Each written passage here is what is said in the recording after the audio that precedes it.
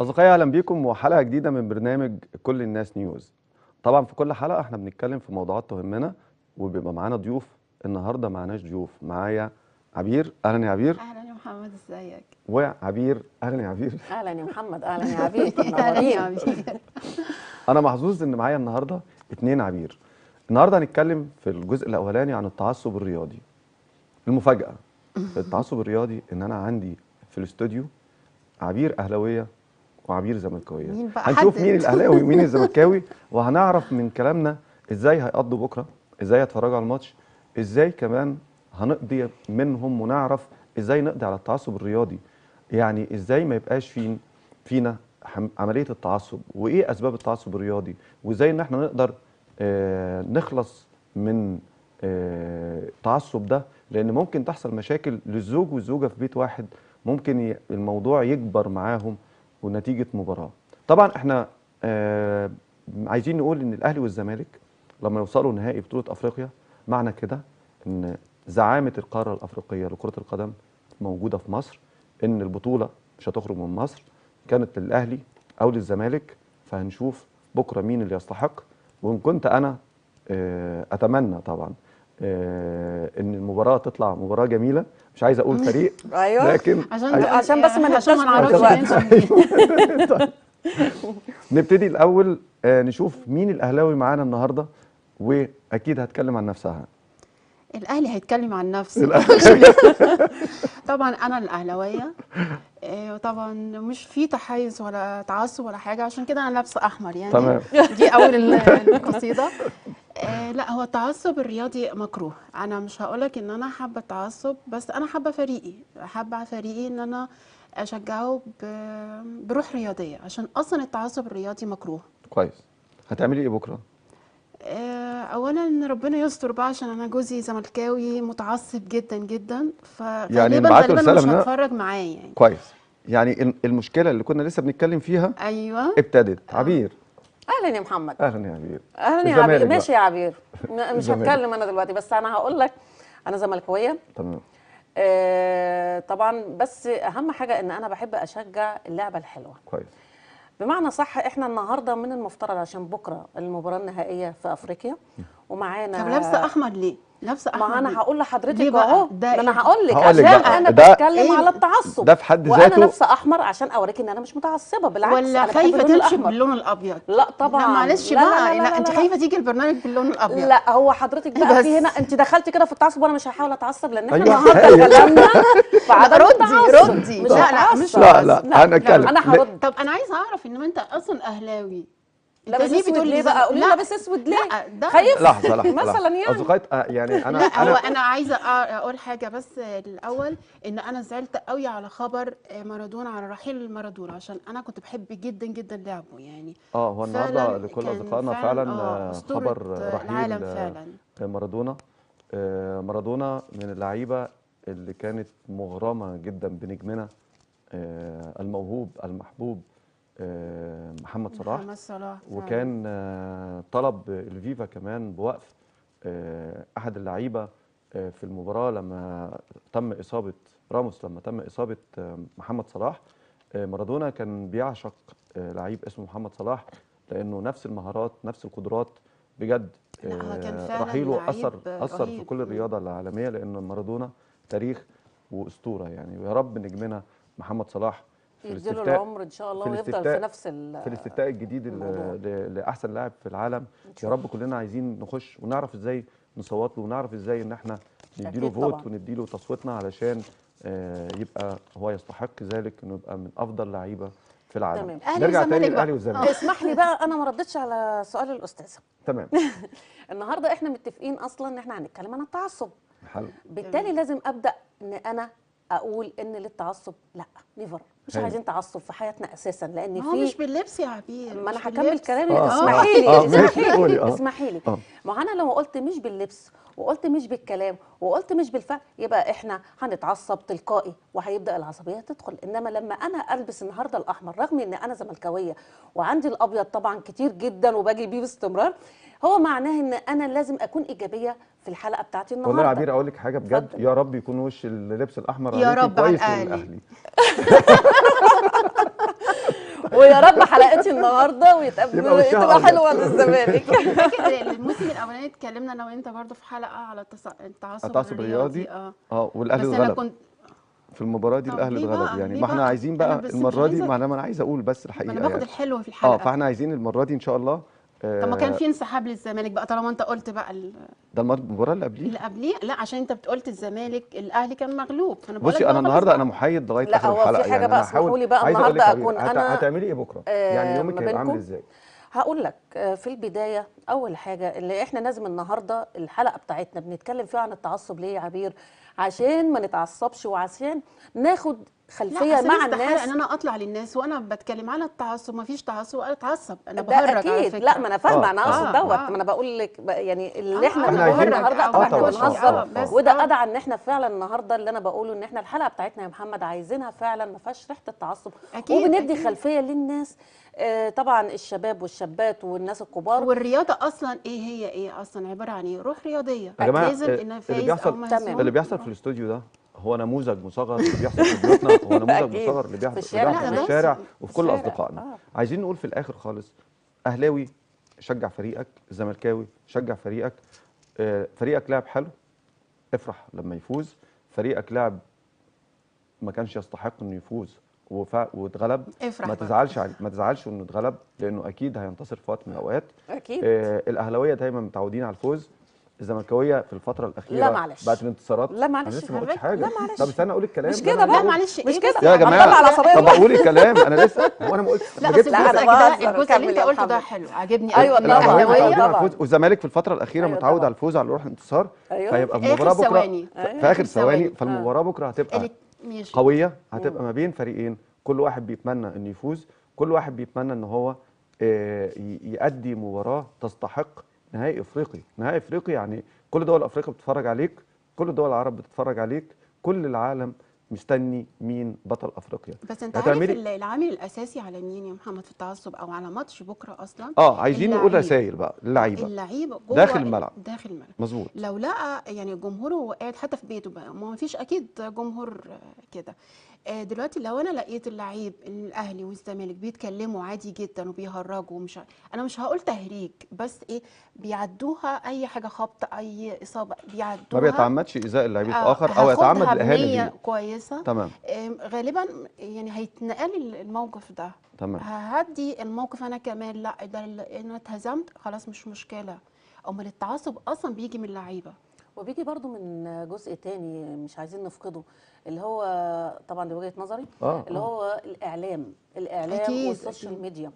النهارده للأسف يا عبير الماديات وحكاية اللايكات والمشاهدات والكلام ده كله ممكن بعض الناس يعملوا انفعال ذاتي مقصود بين الفريقين من قبل ما تبدا المباراه عشان يبدا اللايكات، وانت عايز مين، طب اعمل لايك، طب اعمل مش عارفه ايه عشان نعمل ان احنا الاقوى. والتصريحات برضو بتاعت كل مسؤول نادي يا عبير طبعا برضو. طبعا ممكن بصوا. يقوم حاجات كتير. الدنيا كلها وممكن حاجات كتير ما احنا مش بتعمل عايزين، تعصب. عشان كده احنا بنقول اي حد هينشر خبر، هينشر مقال، هينشر كلمه فيها شيء من التعصب، بلاش كلنا نشتغل عليها أكيد. ونحاول ان احنا نكون اهدى في تصرفاتنا. برضو هربتي من السؤال، بكره هتعملي ايه ويومك هيبقى عامل انا ازاي ما مع هربتش على فكره، ما طيب. بلحقش اجاوب. طب. لا انا حضرتك هقول لك عبير عزماني، فانا طبعا عشان زملكاويه مش متعصبه ولذيذه، هنقعد انا وهي مع بعضينا وهنتفرج على المباراه، واللي هيغلب هنقول مبروك واللي مش هيغلب هنقول له هدرك. وفي نفس الوقت هنعمل انتشار للموضوع ده النهارده بالذات بين اولياء الامور. حاولوا تكونوا ما فيش تعصب، ماشي خليك مع فريقك، بس وصل لابنك او لبنتك الصغيرين ان فريقك كسب مبروك، خسر هاردك ليه؟ لان اصلا يعني ايه مباراه يا محمد؟ يعني ايه يا عبير؟ يعني لازم فريق يطلع خسران وفريق كسبان، ده لازم. بس مين بقى يعني؟ بصي ما هو ده بصي بقى بصي بتاع انت عارفه انا هقول لك لو حاجه. هو لا لا لا الأهلي لا بصي، والمصري، لحظه لحظه الزمالك لا، لا، والإسماعيلي كانت هتبقى أهون شوية. ما هو ده اللي احنا بنقوله. ثقافه الجمهور مفيش الزملكاوي تعصب. دايما هيطلع خسران وبعدين يطلع كسبان. ثقافه الجمهور الاهلي يطلع كسبان والتاني خسران، لان الاهلي جمهور اتعود على الفوز والانتصار على تمام. طول. الزمالك فريق الزمالك ملوش جمهور حظ في بعض الزمالك الأحيان. جمهور الزمالك بعتبره جمهور مثالي، بيتحمل مش قوي يا فريقه بشكل، محمد، لا مش بتكلم قوي يا جد، محمد، بيتحمل مش قوي. لا فريقه والله. مع كل لا، النتائج ما- اللي بيعملها. معلش. لكن في الفتره أهو. الاخيره أنا حصل انه طيبة. فعلا ابتدوا ان هم يمشوا بخطوات سليمه وابتدوا ان هم ياخدوا بطولات. عايزين قلنا نقول هنا عبير انت معلش هتعزمينا فين بكره؟ عزمكم كده في كافيه كده انا. مبروك الاول على الكافيه الجديد. ميرسي يا محمد. كويس، وان شاء الله الكافيه الجديد لكل فريق العمل اللي اللي احنا معانا بكره هيبقى النهارده. المبرة ايوه انا كلكم بشكر، طبعا انا معزومين محظوظ جدا انا والمجموعه اللي معايا، انا وعبير بفريق العمل الموجودين معانا، ان كانوا وراء الكاميرات او في الكنترول. فعلا بيعملوا مجهود جبار مجهود فعلا. جبار جدا. والحلقه اللي فاتت لو انتوا كنتوا شفتونا، عملوا مجهود رائع لظهور الحلقه بالشكل الجميل اللي بشكرهم عليه. انا محظوظ جدا ان انا موجود معاهم، وانا برضه لازم اشكرهم واحنا معاك. كمان كلنا محظوظين بكده. طب خلاص قولي فين فهتعزم المكان فعبير الأهم. هتعزمنا قريب على الافتتاح الكافيه بتاعها. وان شاء الله قريب هينزلوا كمان اعلان معانا في البرنامج. الكافيه فين واسمه ايه؟ هو غالبا يعني الاسم انا بتلخبط فيه لسه. سيمبريو. سيمبريو. على الكورنيش، قصاد المحكمة انا هقول لكم الدستورية. العنوان بالظبط. عند على نادي القوات الكورنيش المسلحة. بجوار القوات نادي القوات المسلحه اللي هو في امام المعادي في الكورنيش. المحكمه الدستوريه على الكورنيش.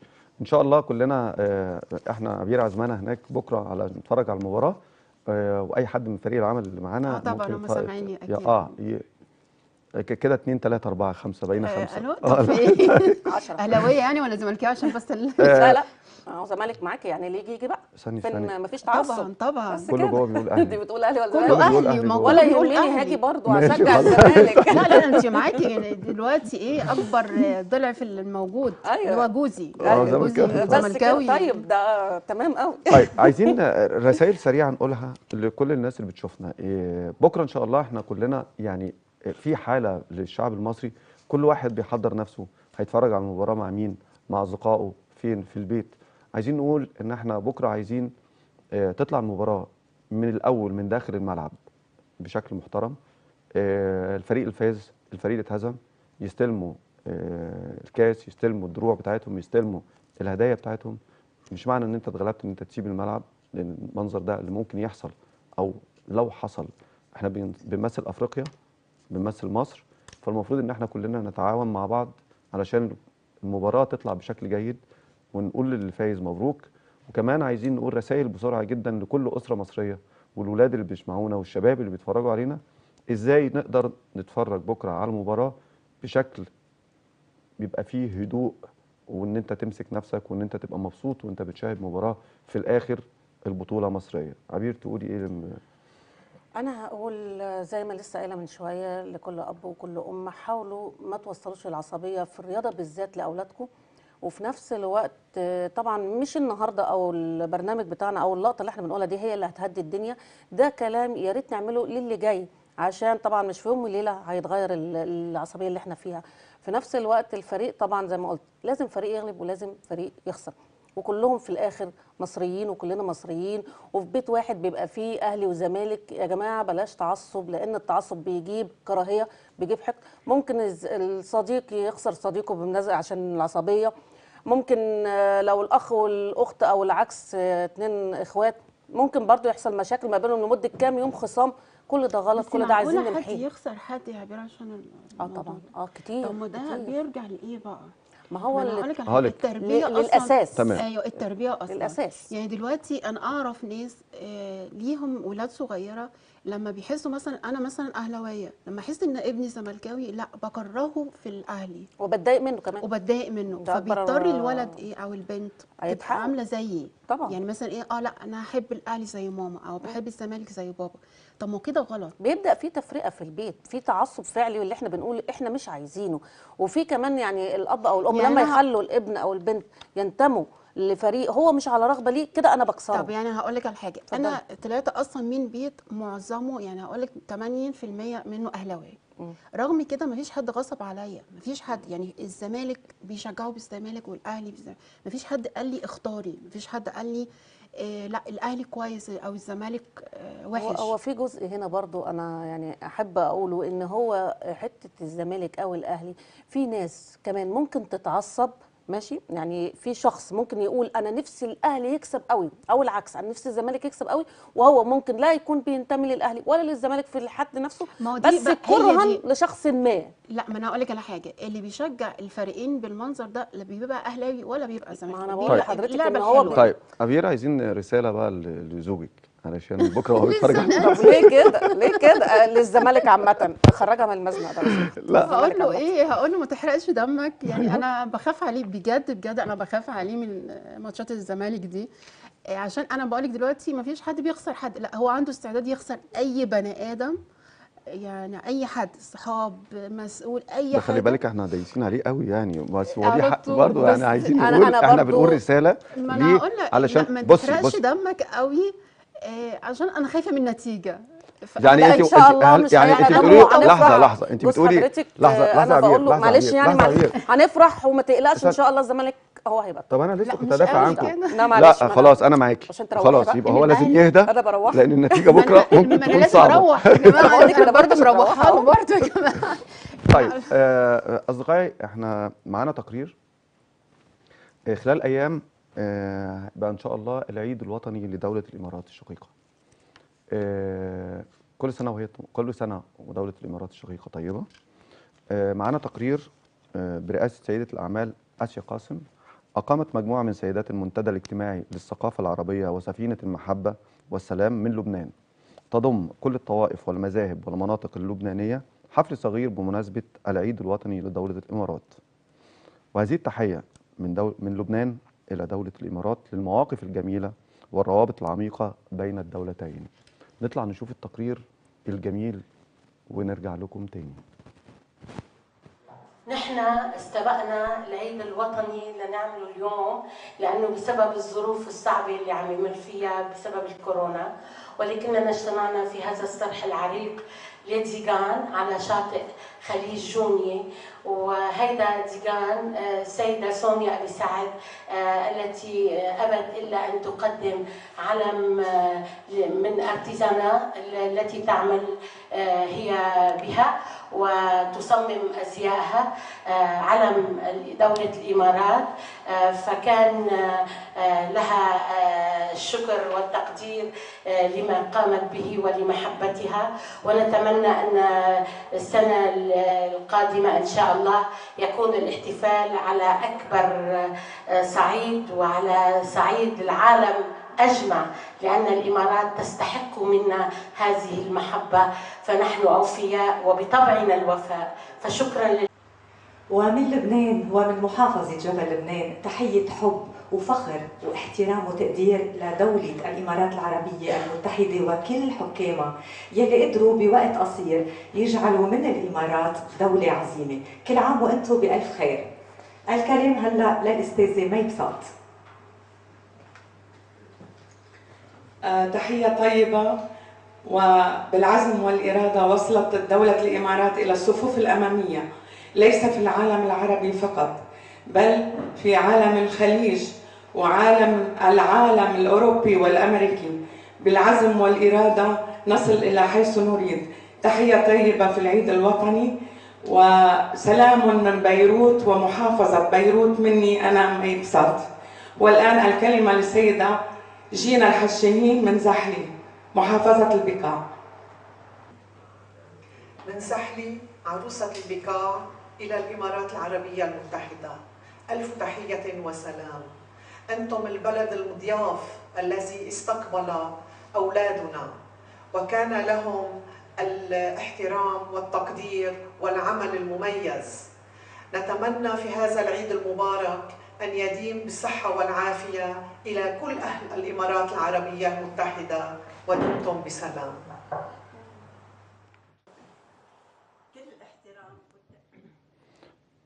رجعنا لكم تاني وهنكمل المباراة اللي موجودة داخل الاستوديو ما بين الأهلي والزمالك.